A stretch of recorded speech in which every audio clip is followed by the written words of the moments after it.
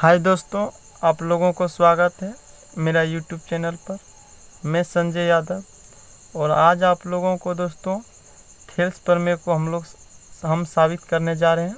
ठीक है, तो आप लोग वीडियो को पूरा देखिएगा दोस्तों। ठीक है, तो वो क्वेश्चन देखिए दोस्तों। या तो थेल्स प्रमेय को सिद्ध करें पूछ देगा, या तो इसका अवधि लिख देगा दोस्तों। इसका जो पूरा होता है परिभाषा, यदि किसी त्रिभुज की एक भुजा के समांतर अन्य दो भुजाओं को भिन्न भिन्न बिंदुओं पर प्रतिच्छेद करने के लिए एक रेखा खींची जाए तो ये अन्य दो भुजाओं को एक ही अनुपात में विभाजित हो जाती है। तो हमें ये साबित करके दिखाना है दोस्तों। तो हम लोग इसको पहले फिगर के माध्यम में इस क्वेश्चन को भी समझ लेते हैं। देखिए दोस्तों, सबसे पहले हम लोग यदि किसी त्रिभुज की एक भुजा के समांतर, तो सर्वप्रथम हम लोग इसमें एक त्रिभुज बना लेते हैं दोस्तों। ठीक है,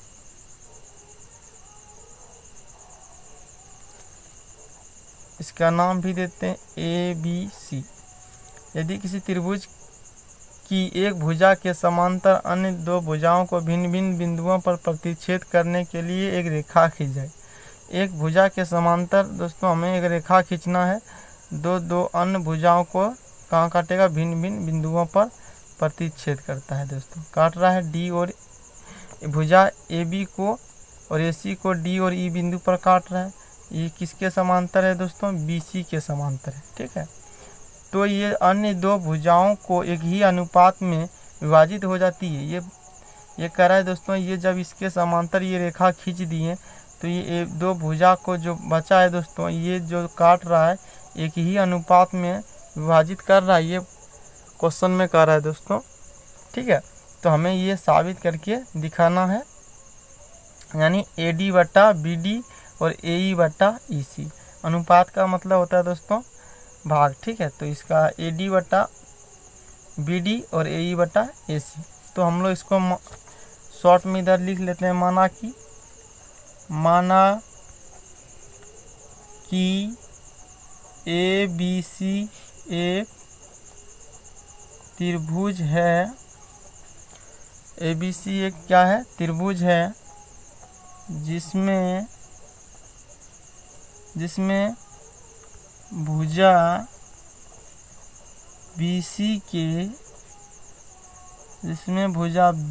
के समांतर एक रेखा BC के समांतर एक रेखा क्या खींचे दोस्तों? D। एक रेखा DE खींची गई है जो AB तथा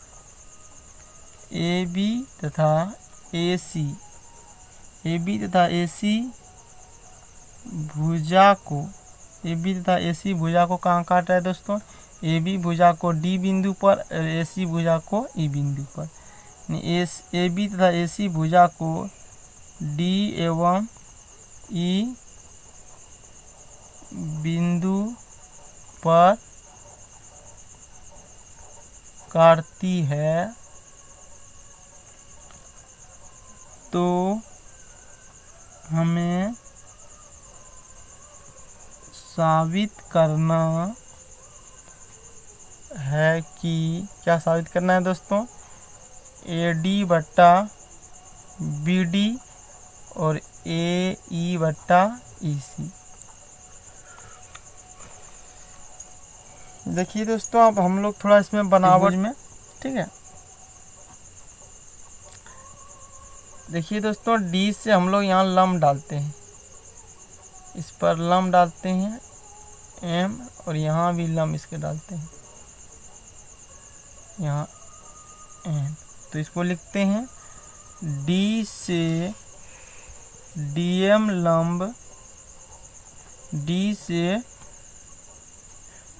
लंब कहाँ डालें दोस्तों?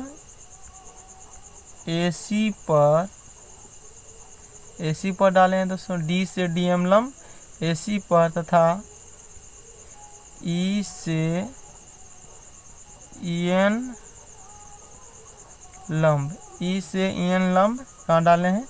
AB पर, AB पर डाला। उसके बाद दोस्तों हम लोग ये BE और CD को मिला देते हैं। BE और CD को क्या करते हैं? मिला देते हैं। तो इसी में लिख देते हैं साथ ही BE तथा CD को मिला दिया। देखिए दोस्तों, अब हम लोग यहाँ प्रमाण में इस त्रिभुज के बारे में क्या जानते हैं? तो हम लोग कुछ नहीं जानते इस त्रिभुज का बारे में। ये जानते हैं कि त्रिभुज का जो क्षेत्रफल होता है दोस्तों, हाफ गुना आधार गुना ऊंचाई, वो चीज़ प्रमाण में लिख देना है। ठीक है, लिख देंगे। हम लोग जानते हैं कि क्या जानते हैं? त्रिभुज का क्षेत्रफल क्या होता है? हाफ गुना आधार गुना ऊंचाई। शॉर्ट में लिख दिया आधार और शॉर्ट में ऊंचाई दोस्तों, हाफ गुना आधार गुना ऊंचाई। अब हम लोग यहाँ चलेंगे दोस्तों त्रिभुज ADE तथा त्रिभुज BDE में। अब त्रिभुज ADE का क्षेत्रफल, त्रिभुज AD का क्षेत्रफल अब बटा त्रिभुज BDE, ये वाला त्रिभुज सर BDE का क्षेत्रफल। तो इसका भी लिखेंगे दोस्तों हाफ गुना आधार गुना ऊंचाई। ठीक है दोस्तों, अनुपात में लिख रहे हैं। और इसको भी लिखेंगे हाफ गुना आधार गुना ऊंचाई। देखिए दोस्तों, हाफ लिख दिए। आधार कितना है दोस्तों? ADE त्रिभुज का आधार देखिए दोस्तों, यहाँ लंब है तो इसका आधार क्या है? AD है। और इसका ऊंचाई दोस्तों क्या है? EN है। ठीक है, इस त्रिभुज का ऊंचाई क्या है? EN है। तो यहाँ लिख लेते हैं ऊंचाई EN। ठीक है, तो फिर बट्टा त्रिभुज, अब त्रिभुज BD का क्षेत्रफल का क्या है दोस्तों? इसका आधार क्या है? इसको भी नीचे लिख लेते हैं। आधार क्या है इसका दोस्तों? तो ये BD है। और ऊंचाई क्या है दोस्तों? ऊंचाई देखिए दोस्तों, यही वाला ऊंचाई है EN है, क्योंकि जो लंब जो डाले हैं दोस्तों, EN जो लंब कहाँ डाले हैं? AB पर डाले हैं। तो इस त्रिभुज का भी ऊंचाई क्या हो जाएगा? EN। तो यहाँ लिख दिए दोस्तों EN। ठीक है, EN लिख दिए। इसको लिख लेते हैं त्रिभुज ADE का क्षेत्रफल अब बटा त्रिभुज BDE का क्षेत्रफल। देखिए दोस्तों, EN कट गया, हाफ हाफ क्या हो गया? कट गया। तो अब हम लोग दूसरे पेज में लिखते हैं दोस्तों। ठीक है, इस पेज को अब फुल हो गया, तो अब दूसरे पेज में लिखते हैं। यानी लिखेंगे क्या दोस्तों?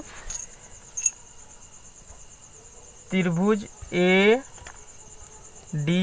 का क्षेत्रफल और बटा त्रिभुज BDE का क्षेत्रफल। क्या बचा दोस्तों? हाफ हाफ कट गया, EN कट गया, तो AD बटा BD, AD बटा BD। अब इसको लिख देते हैं समीकरण फर्स्ट। अब दोस्तों हम लोग जो चलेंगे दोस्तों त्रिभुज ADE में, ADE में चलेंगे दोस्तों त्रिभुज में, और CDE में। ठीक है, तो लिखते हैं त्रिभुज पुनः त्रिभुज ADE का क्षेत्रफल और बटा क्या आ जाएगा दोस्तों, ये वाला CDE, त्रिभुज CDE का क्षेत्रफल। तो इसका भी लिखते हैं हाफ गुना आधार गुना ऊंचाई। इसका भी हो जाएगा दोस्तों हाफ गुना आधार गुना ऊंचाई। त्रिभुज ADE का क्षेत्रफल क्या आ जाएगा दोस्तों, हाफ गुना आधार। अब देखिए दोस्तों, इधर से देखते हैं तो इधर भी आधार क्या है, AE, ठीक है, यानी आधार हो गया AE, और ऊंचाई क्या हो गया दोस्तों, DM, इधर भी है, ठीक है, तो इधर हो गया DM। इस त्रिभुज का भी दोस्तों आधार यहाँ क्या है, इस त्रिभुज का CDE का आधार क्या है, तो इसका है EC, और इसका भी ऊंचाई क्या है, DM इस त्रिभुज का, क्योंकि AC लंब क्या था दोस्तों, AC लंब यहाँ जो लिखे थे, यहाँ लिखे हैं D से DM लंब जो AC पर डाले हैं दोस्तों, यानी इसका भी ऊंचाई क्या है, DM, तो लिख दिए दोस्तों DM, ठीक। DM और DM कट गया, हाफ हाफ कट गया, तो क्या बचा है दोस्तों, यानी AE बटा EC। इधर लिखते जाते हैं दोस्तों, त्रिभुज ADE का क्षेत्रफल बटा त्रिभुज CDE का क्षेत्रफल।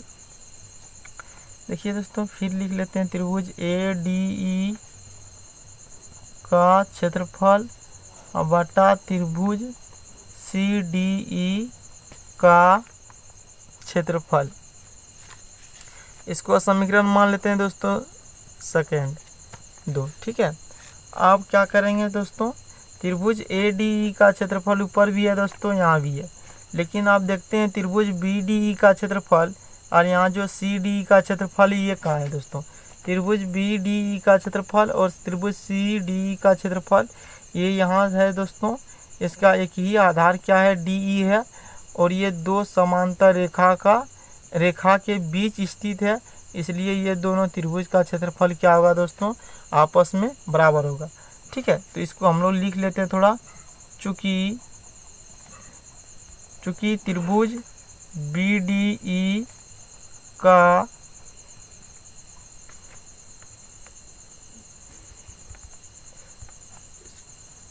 त्रिभुज BDE तथा त्रिभुज त्रिभुज CDE क्या दोस्तों, CDE